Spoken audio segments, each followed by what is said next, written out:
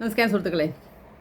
സത്യം പറയാമല്ലോ, ഈ വീഡിയോ ചെയ്യുന്നതിന് എന്നെ ഒരുപാട് പേര് വന്ന് ചീത്ത വിളിക്കുന്നതും എന്നെ ഉപദേശിച്ച് നന്നാക്കാൻ നോക്കുന്നതൊക്കെയുണ്ട്.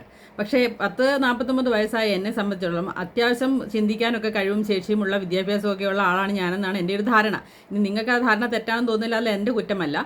പറഞ്ഞു വന്നത്, കഴിഞ്ഞ ദിവസം നടന്ന മൊണാലിസ എന്നല്ല ഈ കുട്ടിയുടെ പേര്, ബോസ്ലെ എന്നാണ് അതിൻ്റെ പേര്. ശരിക്കും പറഞ്ഞാൽ അതിനെ മൊണാലിസ ആക്കിയതാണ് എല്ലാവരും കൂടെ കൂടിയിട്ട് എന്നാണ് എനിക്കറിയാൻ സാധിച്ചത്. അതിൻ്റെ ഈ പറഞ്ഞ പോലെ പ്രായത്തിലാത്ത വ്യത്യാസമുണ്ട്. 2025 നടന്ന കുംഭമേളയ്ക്ക് അതിനകത്ത് 16 വയസ്സേ ഉണ്ടായിരുന്നുള്ളൂ. പിന്നെ എങ്ങനെയാണ് അതിന് ഇത്ര പെട്ടെന്ന് 2 വയസ്സ് കൂടിയത് എന്നൊക്കെയുള്ള ധാരണകൾ അവിടെ കിടക്കട്ടെ. അതിനെക്കുറിച്ചൊന്നും ഞാൻ വ്യാകുലപ്പെടുന്നില്ല. പക്ഷേ ഒരിക്കലും എന്നെപ്പോലുള്ള ഒരമ്മയ്ക്കും അംഗീകരിക്കാൻ പറ്റാത്ത രീതിയിലുള്ള ഒരു സംഭവമാണ് ആ നടന്നതെന്നുള്ള കാര്യത്തിൽ ഒരു സംശയവുമില്ല. ഏതോ നാട്ടിൽ നിന്ന് ഇവിടെ ടൂറിന് വന്ന 2 പേരെ അവർക്കൊരു അമ്പലം കാണുമ്പോൾ ഇഷ്ടപ്പെടുന്നു, അവിടെ കയറി വിവാഹം കഴിക്കുന്നു. ഒരു മുസ്ലിമും ഒരു ഹിന്ദുവുമായ യുവതി വിവാഹം കഴിക്കുന്നു. അതെങ്ങനെയാണ് അതിന് നിയമസാധുത കിട്ടുന്നതെന്ന് എനിക്ക് എത്ര ആലോചിച്ചിട്ടും പിടികിട്ടില്ല. കാരണം ഹിന്ദു ആക്ട് പ്രകാരം ഒരു അമ്പലത്തിൽ കല്യാണം നടന്നാൽ 2 പേരും ഹിന്ദുക്കളായിരിക്കണം എന്നുള്ള കാര്യം നിർബന്ധമാണ്.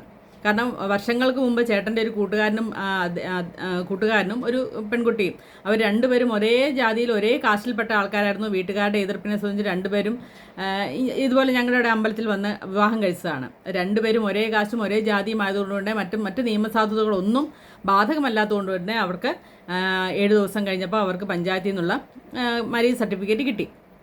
അതൊരു വശം. അപ്പോൾ ഇതിനെങ്ങനെയാണ് ഈ നിയമസാധുത കിട്ടുന്നത് എന്ന് എനിക്ക് ഒരു പിടിയും കിട്ടിയില്ല. സാധാരണ അത് സ്പെഷ്യൽ ആക്ട് പ്രകാരമാണ് ഇങ്ങനെയുള്ള കല്യാണങ്ങൾ രജിസ്റ്റർ ചെയ്യേണ്ടത്. അതിന് 30 ദിവസം അവരുടെ ഫോട്ടോ ഉൾപ്പെടെയുള്ള കാര്യങ്ങൾ അവിടെ ലിസ്റ്റ് ചെയ്യപ്പെടും. അത് ആരെങ്കിലും ഒബ്ജക്ഷൻ ഇല്ലെങ്കിൽ മാത്രമേ അങ്ങനെ ഒരു കല്യാണമൊക്കെ നടക്കുകയുള്ളൂ എന്നാണ് നമ്മൾ ഇത്രയും കാലം കരുതിയിരുന്നത്.